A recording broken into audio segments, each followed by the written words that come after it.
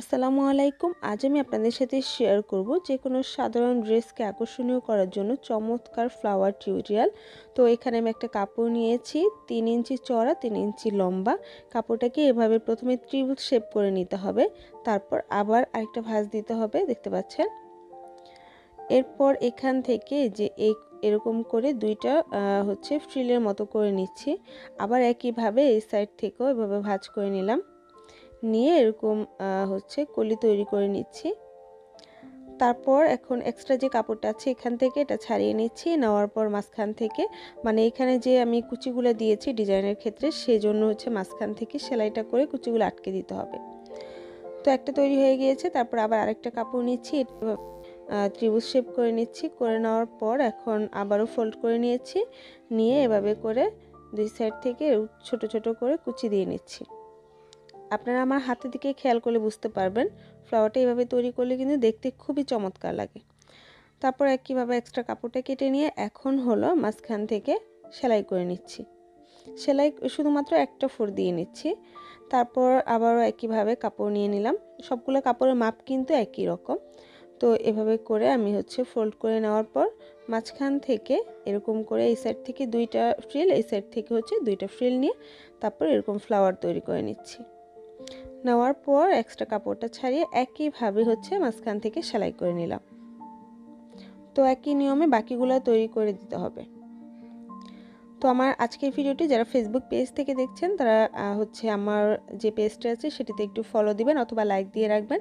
আর ভিডিওটি আপনার টাইমলাইনে শেয়ার করতে ভুলবেন না, তাতে করে সেভ হয়ে থাকবে এবং আপনার যে ফ্রেন্ডরা আছে তারাও দেখে উপকৃত হবে। তো এই যে দেখতে পাচ্ছেন একই নিয়মে তৈরি করে নিয়েছি। আর যারা আমার আজকের ভিডিওটি ইউটিউব থেকে দেখছেন তারা প্লিজ যারা চ্যানেলটি সাবস্ক্রাইব করেনি সাবস্ক্রাইব করে রাখবেন, আর যারা করেছেন তাদেরকে অসংখ্য অসংখ্য ধন্যবাদ।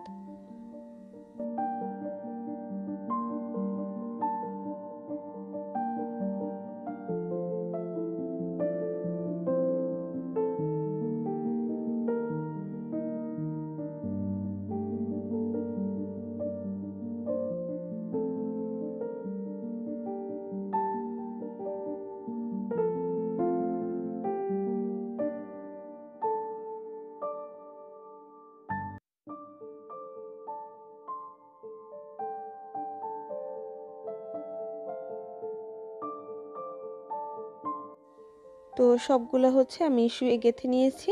গেঁথে নেওয়ার পর এখন এই সাইড থেকে আমি সুতাটাকে এভাবে করে দুইটা সমান করে ধরে নিয়ে তারপর এখানে 2-3টা গিট দিয়ে নিচ্ছি।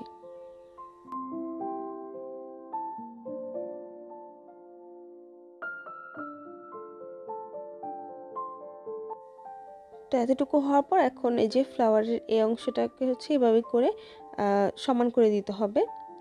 সমান করে দেওয়ার পর তারপর এখানে আমি দেখতে পাচ্ছেন পেছনের যে অংশটা সেটা এভাবে সেলাই করে দিচ্ছি। সেলাই করে সবগুলা ফ্লাওয়ার একসাথে মানে জোড়া দিয়ে নিচ্ছি।